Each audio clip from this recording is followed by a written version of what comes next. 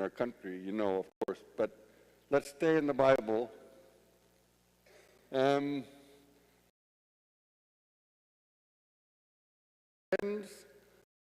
All of his colleagues will disown him because their slaves now are demanding their freedom, and everything will fall apart.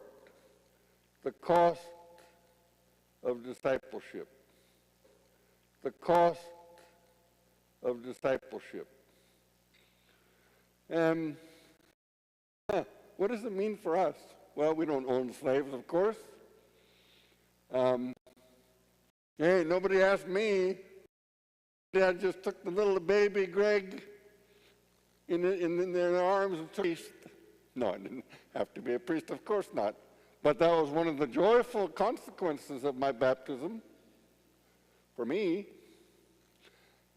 But there have been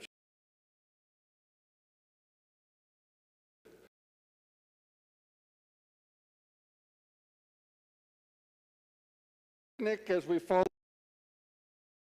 along the way to Jerusalem and the great crowds following him. You know what they might have been seeing along the way? You might say, oh, they would have seen beautiful trees, flowers blooming in the spring, who had been crucified, hanging in agony on their crosses. You see, the Romans liked to make a public spectacle of crucifixion. So as you went around the roads throughout Italy, you would see people who were crucified, dead bodies already, some people who had not died yet, screaming in agony.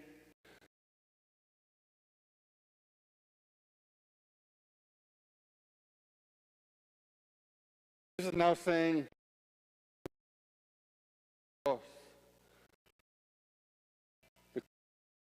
of discipleship. What does it mean for us? We'll have to think about that. What does it cost me?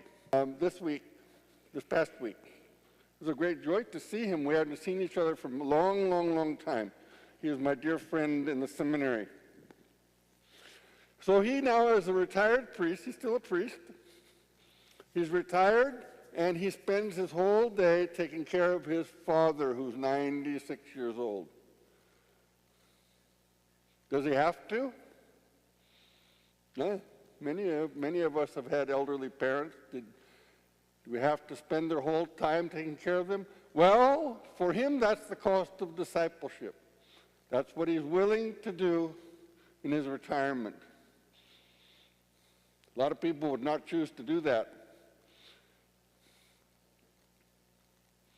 We're going to have a second collection, as was announced. We announced it last week for the people in Gaza who are suffering so terribly. The cost of discipleship, what is that for you in dollars and cents? In this collection, just this collection for those terribly poor and suffering people to help them. Is it $1? $20? Is it $100? Is it $500? Getting kind of costly when we get up in those numbers, isn't it? The cost of discipleship. But it's up to you. Tell you how much you should give. I don't know how much you should give.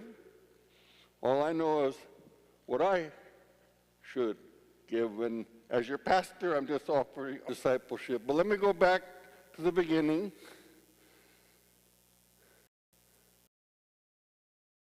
Listen to the crowds who are following Jesus. As he turns around and says, what are you following me for? Why are you following me? What are you looking for? What do you hope to achieve? What do you hope to gain by following me?